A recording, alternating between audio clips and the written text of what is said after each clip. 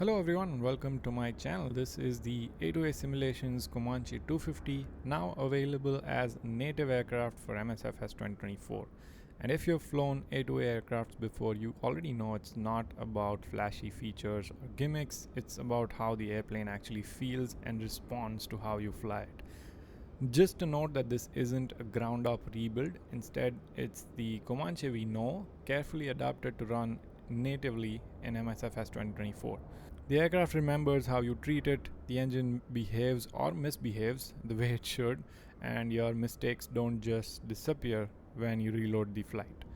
Every start, every landing, every decision matters. So in this video, I want to take a relaxed first look at how the Comanche flies in Msfs 2024, what's different, what's familiar, and whether it still delivers the classic A2A experience. So let's get airborne. And by the way, if you're into flight simulation and aviation, please make sure you leave a like on the video. Please make sure you subscribe. I know these kind of videos are not the ones that get the most attention, but I would highly appreciate if you guys could please support the channel by subscribing and by liking the video. It helps a lot, and we've just hit 10k, which is amazing. I would have never thought that we would get to 10k, so I appreciate your support.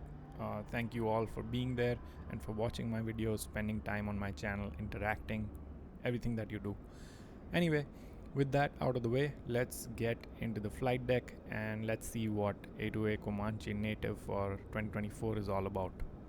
Okay, so here we are in the flight deck. We are on version 2.1.0, but if you have blank avionics, then there is a fix already out. I'm sure they'll come up with an installer as well, but I'll leave the temporary fix link in the description. Apart from that, I have also seen that my aircraft registration is not changing. It always stays at A6 FEB. I'm not sure if I'm doing something wrong. But I'm sure A2A will handle as they always have. Anyway, just a quick note on EFB. You will see that the EFB is completely, well, not completely revamped, but you will see that now you have Navigraph charts. This is basically integrated with the Msfs 2024 EFB now. I've had some problems with the EFB where I'm not able to click on some things. Like for example, right now I'm not able to click on the more apps section. Another thing that I observed was if I go through Navigraph charts, it just completely disables some of these click spots on the EFB. So I'm not sure what really is going on, or if I'm doing something wrong, or it's just something that will be tackled in the future updates. But that click spots is something I've faced issues with. Another thing you will see is that you can now mount the EFB on the yoke. So all you have to do is just right click on the EFB and the EFB should mount up on the yoke, and then if you move it, it will only move in the y-axis up and down. So that's good. I think most people fly with EFB mounted on the yoke in real world, so that's a good feature to have. And then again, if you just right click on it, it should be back hovering in the cockpit. I like to have it here so that it's right ahead of me when I'm using track IR. Anyway, another thing you will see is they've added speed and power settings here. I'm not sure if this was there before, but I definitely remember. I've flown this airplane quite a bit. I think I remember that there was not this much information on the first page. So if you're confused about what to set your prop at, power at, stuff like that, speeds, best climb angle, rate, speeds, and all that, you will find all the information here, which is really helpful to have when you're flying the airplane for the initial few times. After that you'll just remember. Checklist is as is before, which is amazing. There's no check boxes here, but there again, it's a good not interactive checklist, but it's a good checklist. And then obviously you have all the emergency procedures here. Under controls, you will see that there are some changes in this menu. They've added this mag option here where you can just switch the magnetos from the EFB. They have the RNAV option here for avionics, which honestly I'm not well aware with. I usually just use the GTN 750XI because that's kind of what I'm used to in real world as well. By the way, I'm not instrument rated, but still it's just really good to have a 750 Xi on the panel. But I do like having analog 6-pack, so that's great. I don't like to switch to the G5s, but if you want to switch to G5s, you can switch with the G5 MFD switch here. There you go. And if you find that the G5s are just empty, you see I'm having some issues with the click spots. I'm not sure if it's my track IR. I tried disabling it, but it didn't really fix it.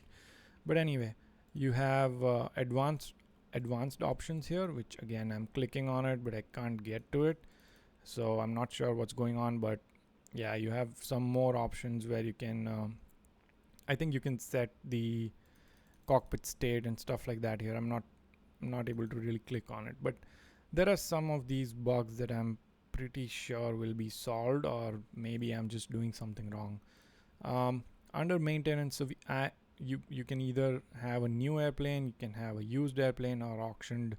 New is basically 0 hours on your frame and engine. Used means just like I have it right now, 4,000 hours on the frame, and then close to 2,000 on the engine. But then you will find stuff that's wrong, and we'll go over it as we get through the flight.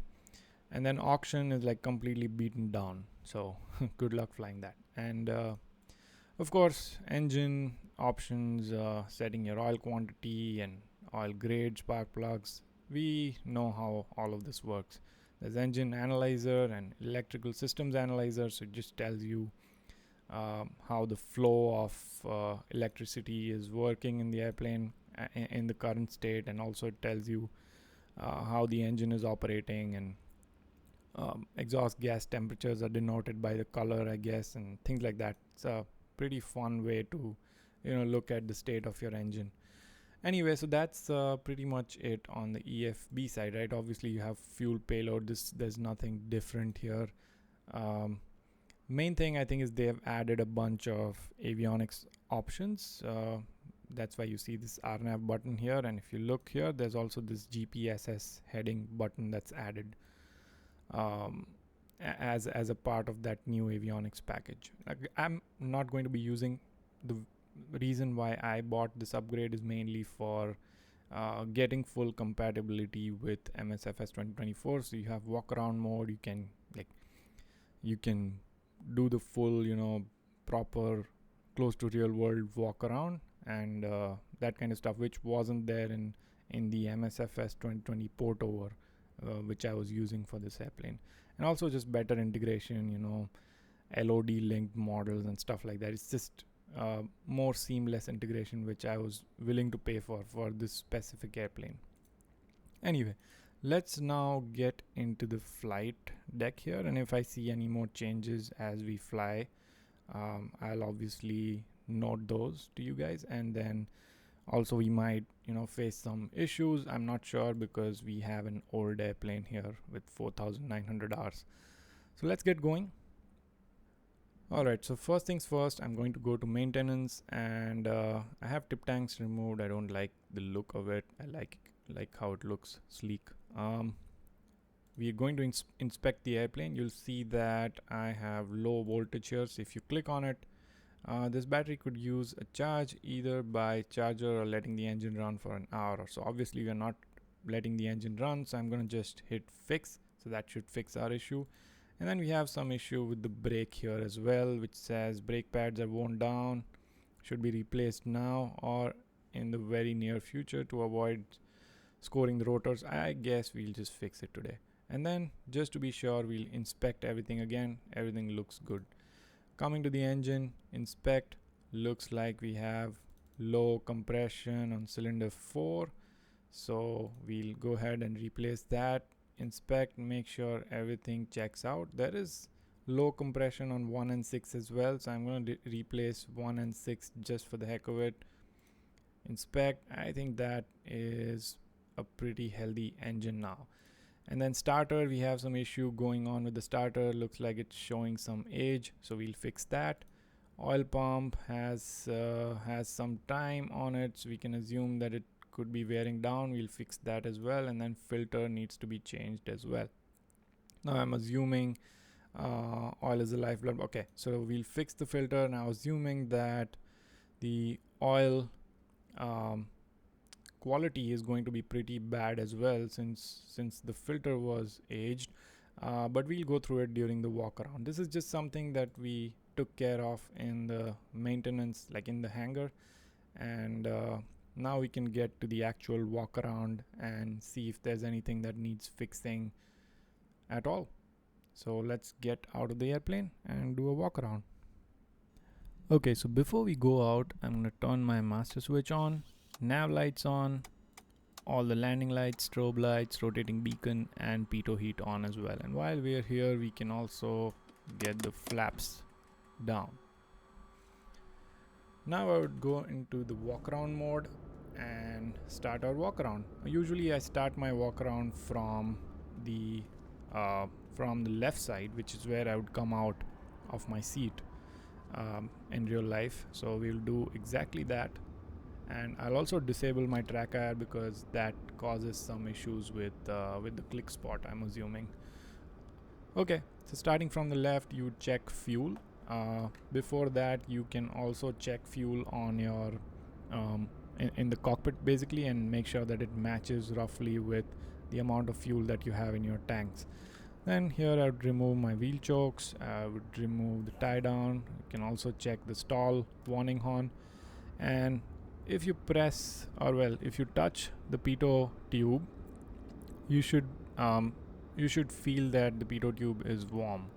Now usually there used to be red color come up when you touch on it, but I don't see that happening. I guess that might come in the update. Looks like we have landing light and strobe light on. I cannot tell if that red navigation light is on or not, but I'm assuming it should be. It's just that during the daytime you can't really tell. Anyway, coming to the ailerons here, I think there should be a click spot somewhere, but I'm not able to find it. But you would just make sure that the hinges are good on this. Like I see that. Okay, so the hinges look good and it is moving freely. The flaps are locked in place, so that's great. Coming back here, make sure there's no dents, any rivets coming out and things like that. And then back here we would remove this tie down, make sure that the horizontal stab is good. Yes, it is moving freely. Now I've seen a lot of people move or yank the rudder, but remember that these airplanes have the rudder connected to the nose wheel. So I would not, at least that's what my flight instructor taught me, that I would not really move this rudder. I would just make sure that the hinges, look good and there's cables connected and stuff like that. I would not yank it like this because it is connected to the nose wheel. Anyway, coming on here again, just checking the airframe, making sure everything looks good. By the way, airplane wear and engine wear is both modeled, so you should, as you fly the airplane, you should see dust and bugs accumulate on the airplane, and you will be able to clean it from the EFB. So we have the baggage compartment here, which opens up and you can load in stuff, close it back again. Left flap looks, right flap looks locked into place. We will remove this wheel choke, we'll remove this, and we'll come here and move the right aileron. It's free and looks good. Again, you check the fuel quantity in the right tank as well. Make sure it matches with what you see in. Let me see if I'm able to see anything here. I don't think I will. Yeah, I'm pretty sure I won't. Let's not waste time. And then you would take a sample of your fuel to make sure there's no water in the sample. Landing lights, strobe lights, good. I think the nav lights are working because I can see that green light working. Anyway, from here on you would come up forward and make sure you see the spinner. There's no screws coming out of the spinner. Prop looks good. There's no dents on it or anything, you would check the landing gears, make sure that the treads are good. Nose wheel, you would make sure that um, this this this part of the suspension here, that should be at least 3 or 4 fingers um, wide, I would say. So that looks good. And then you check the static port, which used to be here, but on this one I think it's at the back side. I'm not sure. Once you're here, you would come in and check the engine oil. Hopefully the lighting is good enough for us to check the oil, and it should be pretty bad actually. Oh my, that oil looks really bad, so I'm sure we're gonna have to swap that oil out. But that's the beauty of A2A airplanes. We have black oil today, so we'll remember that coming back here. I think we are done with the walk around. Let's get in there and let's change our oil, and then we'll make sure that the oil is good. Now that we're done with all of this, we don't want to drain the battery, so we'll just turn everything off. We'll come to the engine section, we'll empty the oil level, and then we'll fill it up with 12 quarts of 25W60 with additive and fine wire. Fine wire spark plugs, I believe, are more less susceptible to fouling, which is why I use fine wire, because it's a little bit more forgiving to not leaning the mixture during taxi, is what I have observed. Anyway, so we did swap the oil now, so we should see clean 12 quarts of oil in the engine. Let's see. Looks good. Look at that, 12 quarts. I can see the line right there. We're lucky to have good lighting today to be able to detect how much oil we have. Sometimes Msfs can be funny in lighting and you won't even know how much oil you have left.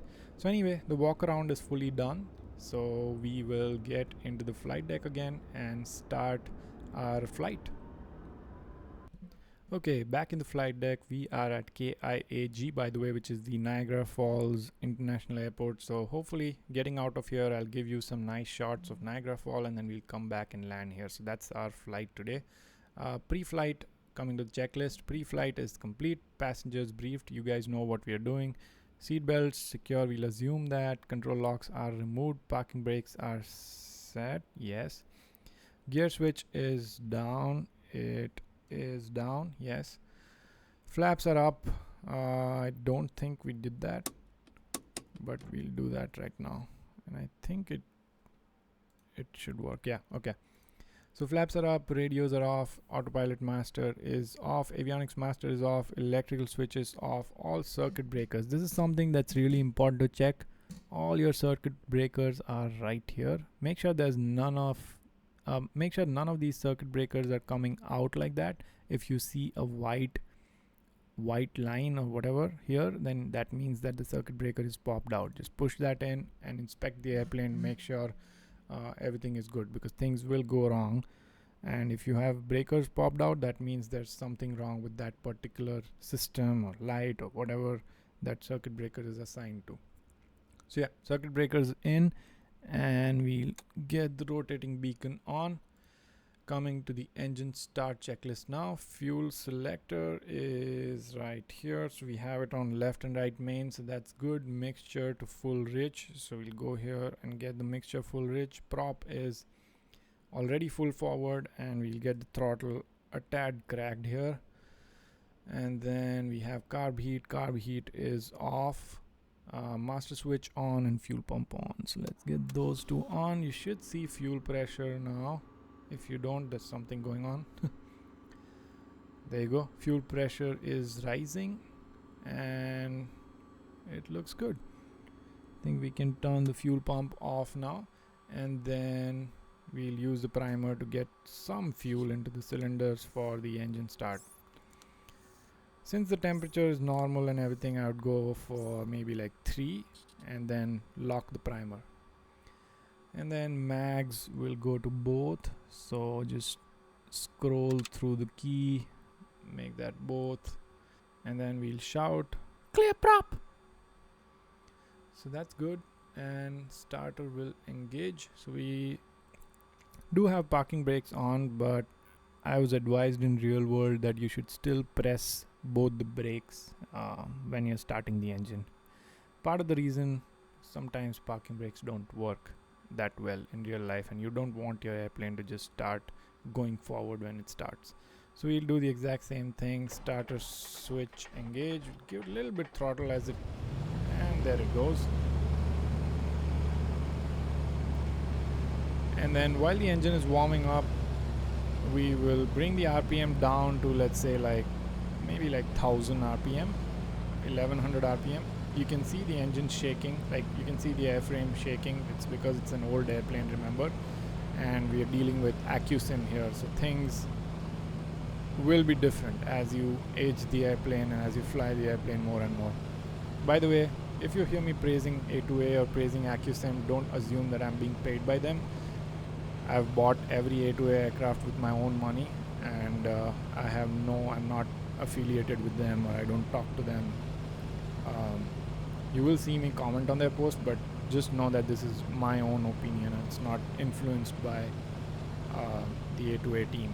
So anyway, we leave it on 1000 RPM here. Oil pressure looks good and in green. Oil temperature will slowly come up as we go. Now, since we'll be here for a while, or at least because I'm recording the video, we'll go through all the procedures. So I'm going to lean the mixture just so that we don't foul our spark plugs. So mixture is leaned, and now we can go to the taxi checklist.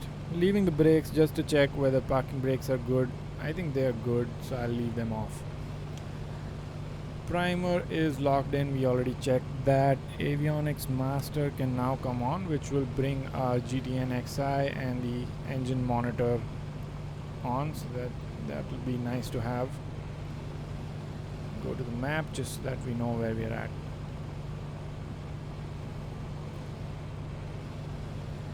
Click on here a couple of times so that now we can track how much fuel we are using. It shows up in USD, I believe, here. So okay.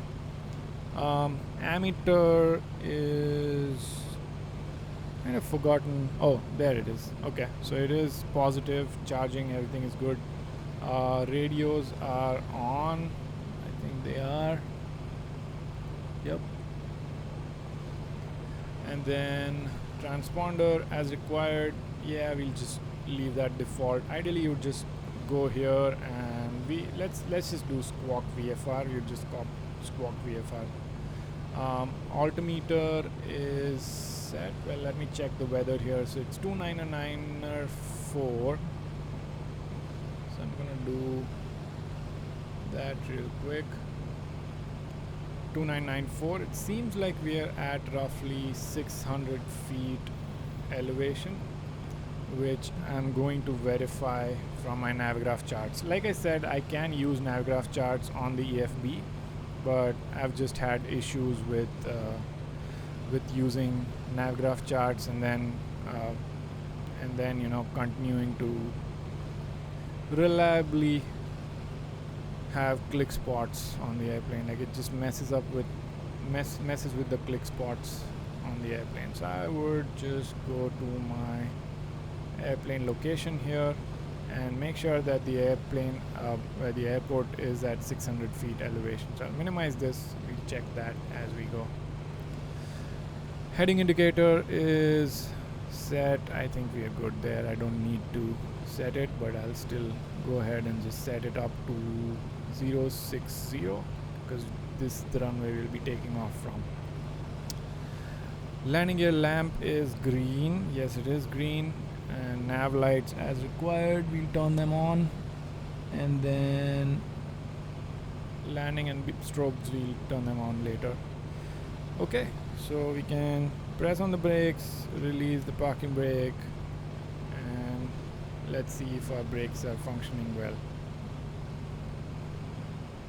Yep, both the brakes are working, and now we can move to a lower RPM because the engine is warm. You see that the oil temperature has risen a little bit as well. Let's keep it to like 800 RPM. So brakes are good. Run up, we'll do it near the runway. So everything looks good, I think. Maybe I'll keep the tablet somewhere here, or actually, you know what, let's just mount it on here. Okay, let's taxi to the runway, and meanwhile let me see if this loaded up.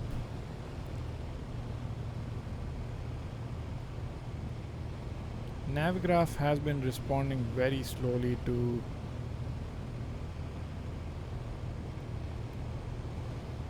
my requests here, so I'm not sure what's going on there. Anyway, let's just get going here. I think we should be good in terms of altimeter. Take a U-turn here and then take that exit towards the runway. Ground handling, it feels exactly like real world. Even though I haven't flown Comanche in real life, I have flown Cessna 172, and you can tell, you know, how airplanes should react on the ground, and this feels really close to the real thing. Yeah, that's just something I've always loved about A2A airplanes, is that ground handling is totally on point. By the way, I am using Rex Atmos here, and we will get this window closed, and we'll also have our headphones on so that we don't hear the engine a whole lot. I know you guys like to hear the engine, but I know you've also heard it enough and you would appreciate some muffled engine sounds.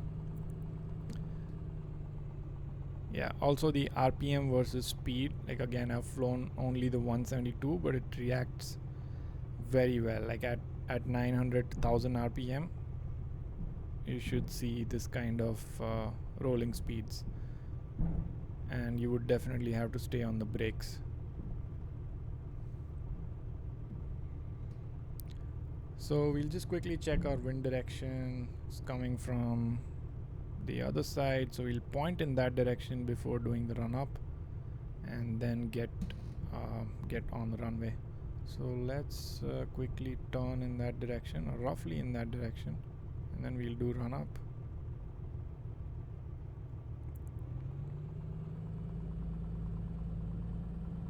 I think that's good enough. So for the run up, we will get the parking brakes out, position into the wind, brakes hold, fuel quantity is checked, looks good. Mixture as required, we'll go full mixture here. Throttle to 2000 RPM.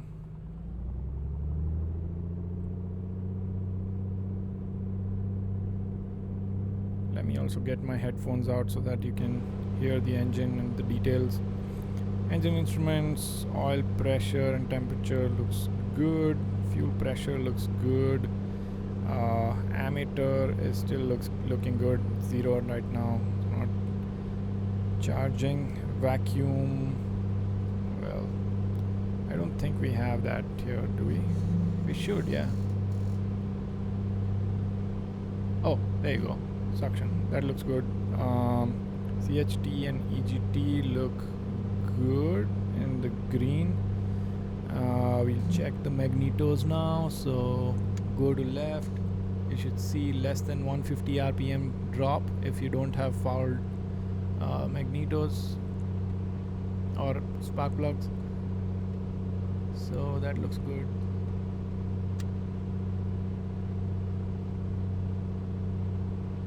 That looks good as well. Left and right both look good. Coming back to board, 2000 RPM, good. Props, we'll cycle the prop, not the mixture.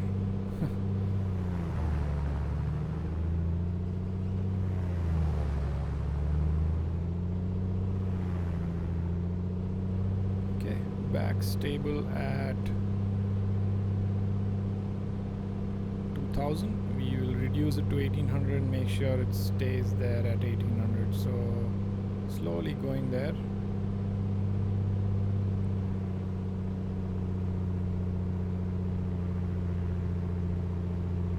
There you go, 1800, and it looks pretty stable, I think. So props are checked, and then the last thing is we would pull the carb heat and make sure that's working. It is working because the engine RPM drops, remember, as the air gets hot going into the intake, so you'll lose some power there, so it is working. Carb heat is checked. I think we can go back to our normal RPM here. We are not going to need flaps for takeoff, but we will do a quick controls check here. So controls, free and correct. Can't see the elevators, but it looks free and correct. Elevator trim is neutral. By the way, make sure you check for elevator trim every time, because there is persistent state saving. So if you've messed with the trim last time and you haven't followed the checklist before shutdown, you will mess up your takeoff. Fuel pumps will come on for this. I'll turn the fuel pump on. Let's get the headphones back on. Mixture is full rich, prop full forward, carb heat is off, engine gauges still looking good, strobe lights will come on. I really don't like the way this tablet blocks everything. Landing lights will also come on, and I think we are good for takeoff. So takeoff should be easy. Throttle just fully open. Airspeed indicator will check for that. Engine gauges will check for that. 85 knots rotate, positive, all of that good stuff. VY is 105 miles an hour, so you'll climb at 105 miles an hour. We are going to maybe around 2,000 feet, and then we'll fly towards Niagara Falls. I think 2,000 feet should get us a pretty good view of Niagara Falls, and then we'll come back and land. We will keep check on the emergency landing area in case our airplane starts acting up. So let's get going. I'll talk less and I'll let you guys just enjoy how the airplane flies, and I'll hopefully also keep the yoke in pictures so that you can see how the airplane is reacting to my inputs.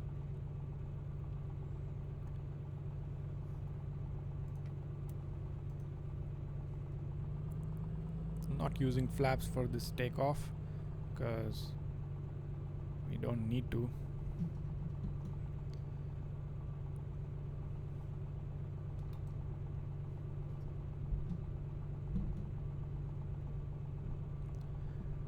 Finals checked, nobody's coming in.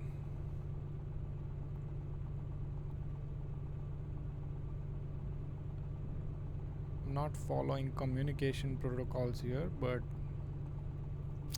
this is where you would declare that you're entering the runway and taking off, departing towards Niagara after half the pattern or something.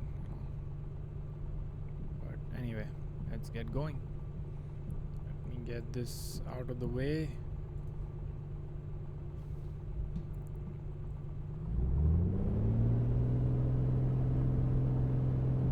Considerable right rudder required, which makes total sense.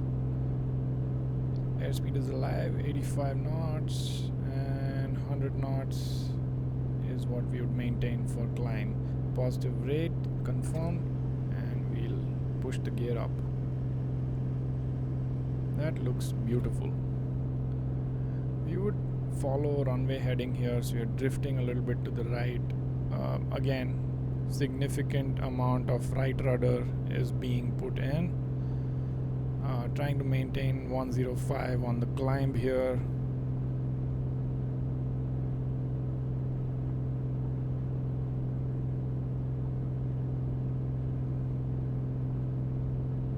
So remember, 600 feet, so we are roughly at 1,000 feet now since we are at 1,600. So at 1,000 feet I would turn off the fuel pumps. I would also get the props down to like maybe 2,300 or something, because we don't need to push it up. Again, if you need to verify any of that, you just go to aircraft here and you will see what the best settings are. So for climb, 2,400 RPM max and 24 inches of manifold pressure. So we'll push the manifold pressure down to 24 as well. That looks good. Best climb angle is 85, 84, and then best climb rate is 105. So we are pushing to somewhere around 105, and I think we are at 2,600, which is 2,000 feet above ground level. So I'm gonna just try to stabilize here and roughly maintain this speed, this altitude, and then now we can speed up since we are done climbing. And for cruise, you will see that we can maintain up to 24, 1800 to 24. Okay, so it's just about trimming it at this level. And by the way, it's very, very easy to trim this airplane, which I'll show in just a little bit. Getting a little ahead of myself here. I guess we can maintain 3000. I think that's a good enough altitude here. Don't have to be at 2600. We can maintain 3000 barrow. Okay, so there we go. Parallel to the runway here. I'm gonna stabilize, and then we'll try to just dial this in. Let's see. Okay, so now I have pretty much, I'm still providing some yoke input. I'm trying to trim it right, but I've pretty much trimmed it for the most part, I think. But it's still cycling a tad bit. I would say that I have seen better trim behavior from, oh, there you go. So now it's pretty much trimmed right. You still have to provide small inputs, obviously, because there's external forces involved, but you're able to trim this airplane pretty much like the real thing. Very stable airplane. Look at that, almost 0 FPM. Obviously it will move a little bit, and again you also have your autopilot, right? So turn the autopilot master on, and then you can press the altitude engage. So that means it's going to maintain this altitude now, and it will give you a trim warning if it needs trim. But that's your autopilot panel basically.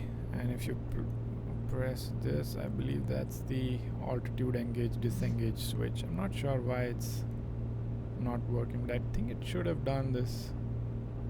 Maybe it's, yeah, there you go. There's the blue light. So now it's going to just maintain this altitude for you at this speed. So that's the altitude hold button, by the way. Okay, so I'm gonna see you around at Niagara Falls, and we'll enjoy the view for a bit and then come back and land at KIAG again, and then I'll give you my final thoughts.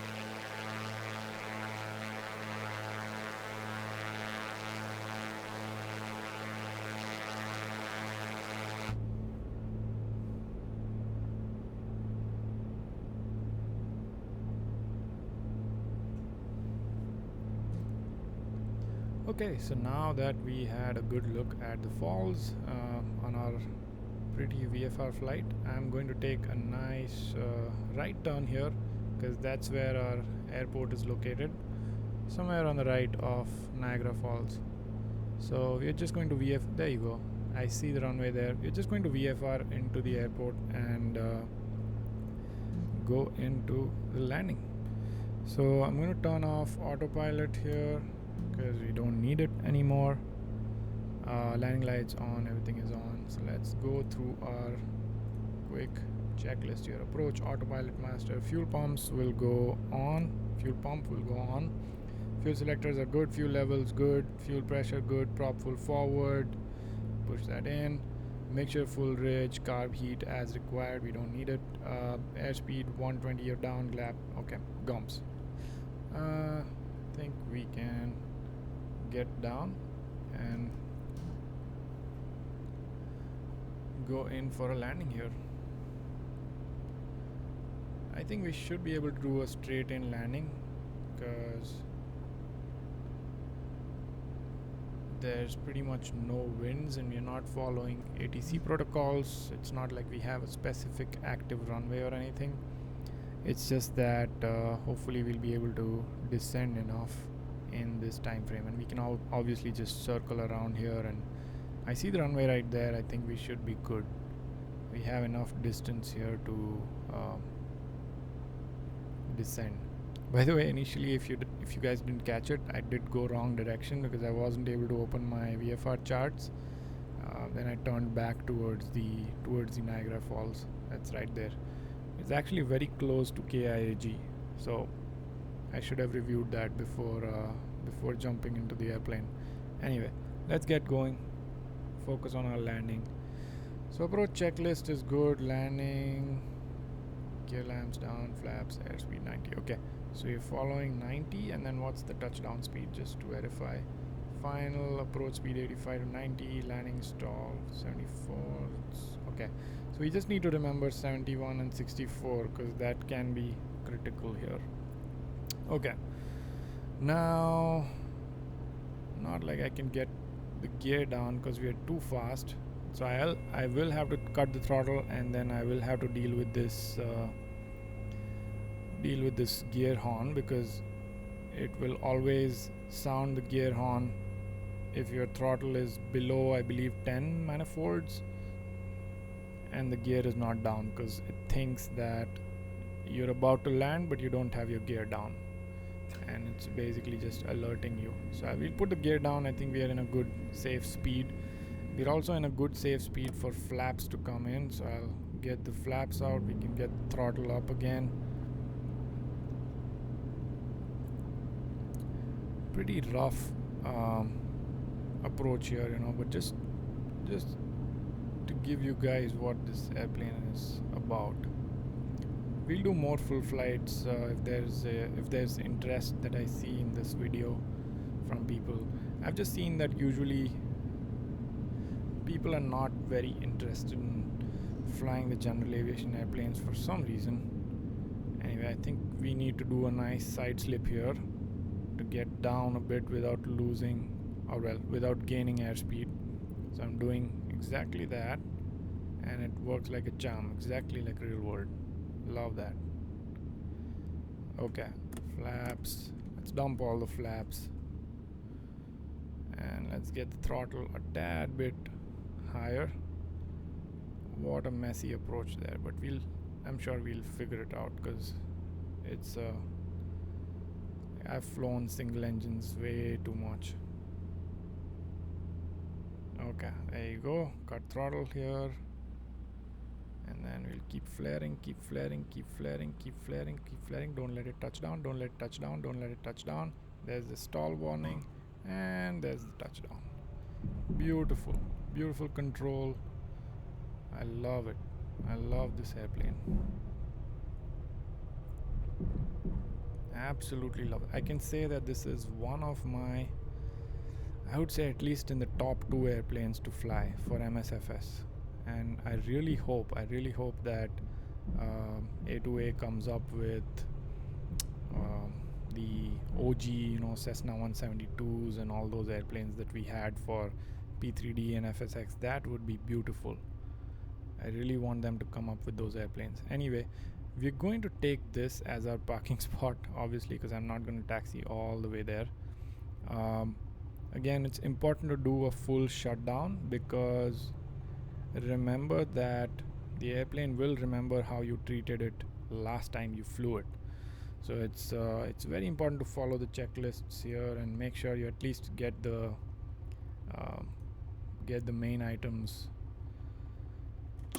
squared away, otherwise you're gonna have to deal with the consequences in your next flight. So flaps are fully up, strobes can go to off, so I'm gonna turn them off. Landing lights, nav lights off as well. Get this out, fuel pumps off. Just turning off all the lights. Mixture, I think we also need to get the trim back to neutral, just in case you forget while taking off next time. And by the way, you can also, I believe you can also adjust your trim here. There you go, elevator trim speed. You can adjust how fast or slow you want to trim.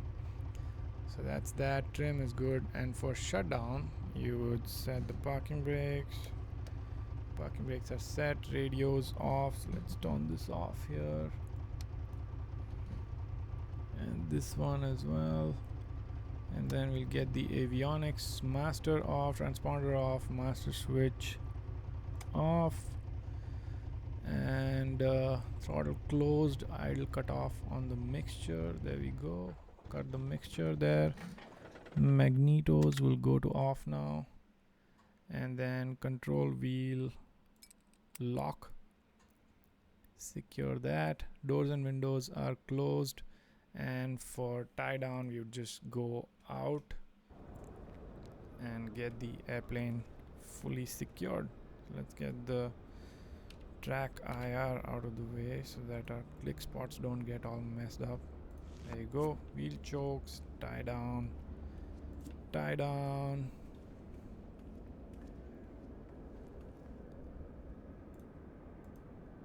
Gosh, come on. Sometimes I think this is more of, you know, Msfs than A2A, but yeah, overall really good airplane to fly. I don't know if you're like, some people just fly airliners, so they don't like buying general aviation airplanes. I would buy this if you're into, you know, flight simulation. I would buy this airplane just to support A2A simulations. One of those companies that have been, you know, working really hard on delivering top-notch quality airplanes for the flight for the flight sim community. So, you know, if they release something, I would buy it just to support them. It's one of those companies that also interact really well with the fans, with the customers. They respond to the requests. Have no regrets upgrading it for $15 for Msfs 2024 and get the full compatibility with all the walk around, wear and tear features and everything. There are still some bugs, like I mentioned, about the registration. I'm not sure if I'm doing something wrong there, but I can't seem to get the right registration on the airplane. And the click spot bug when you open navgraph charts. There's also another bug which already has a temporary fix, the G5 being blank. So there are still some small things that need to be dealt with, but totally flyable airplane, and actually not just flyable, it's a total joy, you know. So it's an amazing airplane. Yeah, hopefully you enjoyed this comprehensive flight review, whatever you call it, and I'll see you guys on the next one. Make sure you like and subscribe, helps the channel a lot, like I mentioned initially, and thank you for all the support that you've given on the channel so far. Bye.